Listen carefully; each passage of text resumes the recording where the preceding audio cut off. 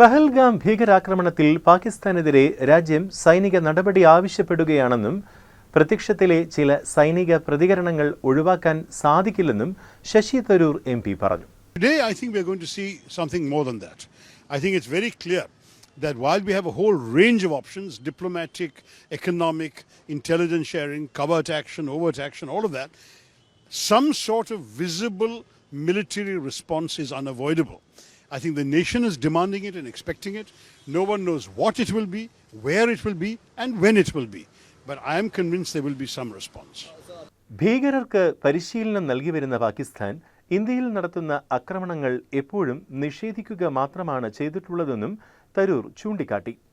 അവർക്ക് ഒരു ഘടന ഉണ്ടെന്നത് വ്യക്തമാണ്. ആളുകൾക്ക് പ്രോത്സാഹനവും പരിശീലനവും ആയുധങ്ങളും നൽകുകയാണ്. അതിർത്തികളിൽ സഹായവും നൽകുന്നു.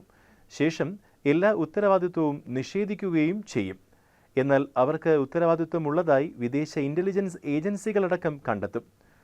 ഉറിക്കും പുൽവായ്മയ്ക്കും ശേഷം സർക്കാർ സർജിക്കൽ സ്ട്രൈക്ക് നടത്തിയിരുന്നു. ഇന്ന് അതിനേക്കാൾ വലുതാണ് നമ്മൾ കാണാൻ പോകുന്നതെന്നാണ് ഞാൻ കരുതുന്നത്.